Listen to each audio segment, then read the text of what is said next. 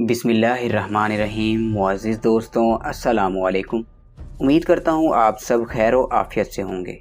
मैं हर जुमे की सुबह को फजर की नमाज के बाद अपने वालिद साहब की कब्र पर जाता, फातिहा ख़्वानी करता और वहाँ से ही अपने ऑफ़िस चला जाता। एक अरसा हो गया था, मगर आज मैंने कब्रिस्तान में एक नई खुशबू महसूस की जो मुझे बेचैन कर रही थी। ये खुशबू किसी तरह से भी दुनियावी खुशबू नहीं लग रही थी। बहरहाल मैं वालिद साहब की कब्र पर पहुंचा तो उनसे चंद फासले पर ही एक नई कब्र बनी हुई थी। ताज़ा फूल और चादर से अंदाज़ा लगाना मुश्किल नहीं था कि 2 या 3 दिन पहले ही ये कब्र बनी है।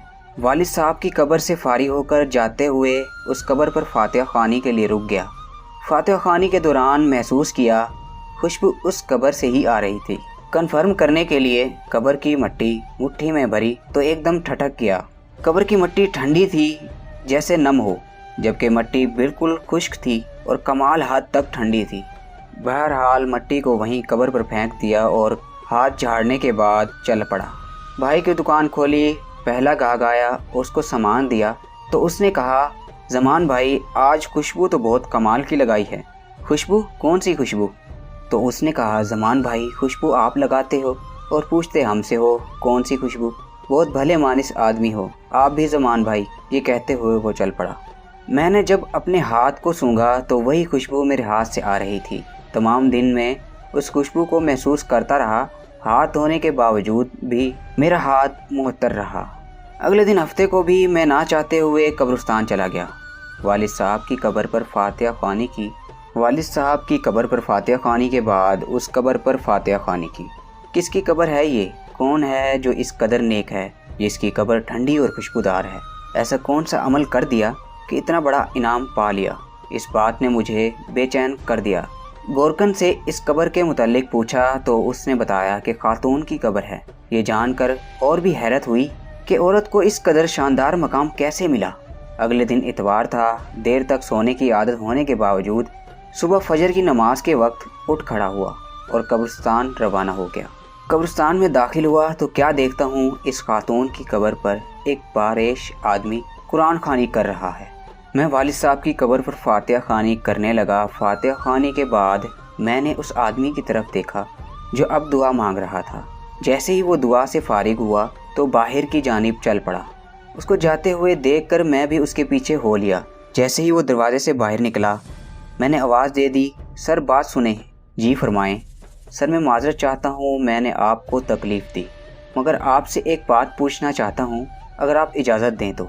जी आप पूछें, क्या बात है? इंतहाई मोहब्बत से उस शख्स ने जवाब दिया। शुक्रिया सर, जज़ाकल्लाह। मैं दरअसल जानना चाह रहा था ये किन की कब्र है जहाँ आप कुरान ख़्वानी कर रहे थे। अगर आप मुनासिब समझें तो बता दीजिए।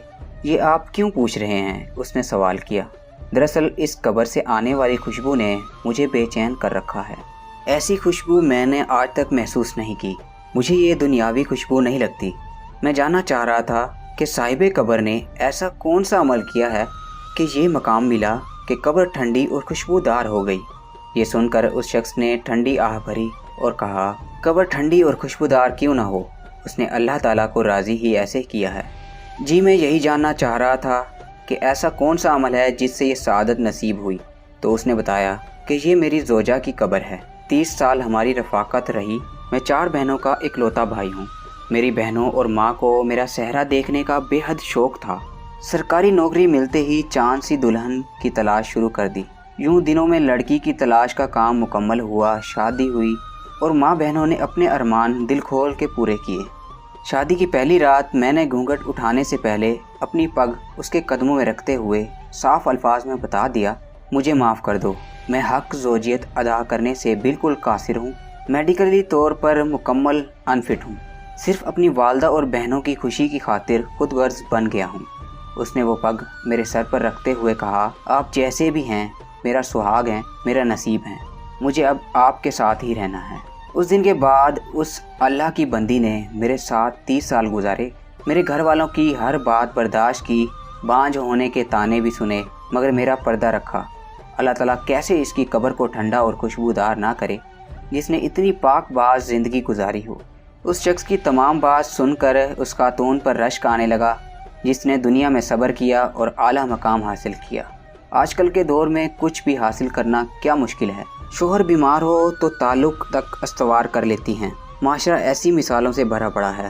صبر کا دامن ہم نے چھوڑ دیا ہے، سارا کچھ صرف دنیا میں ہی لینا چاہتے ہیں، آخرت کی کوئی امید ہی نہیں رکھتے۔ عورت مرد دونوں کو ایک دوسرے سے بڑھ چڑھ کر دین کے معاملوں کو مضبوطی سے تھامنے کی ضرورت ہے۔ اللہ تعالی ہمیں دین کو سمجھنے، اس پر عمل کرنے کی توفیق عطا فرمائے، آمین۔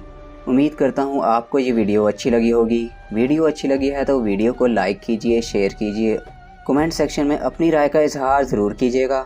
سانسوں نے وفا کی تو ایک نئی ویڈیو کے ساتھ پھر سے حاضر ہوں گے، تب تک کے لیے اللہ حافظ۔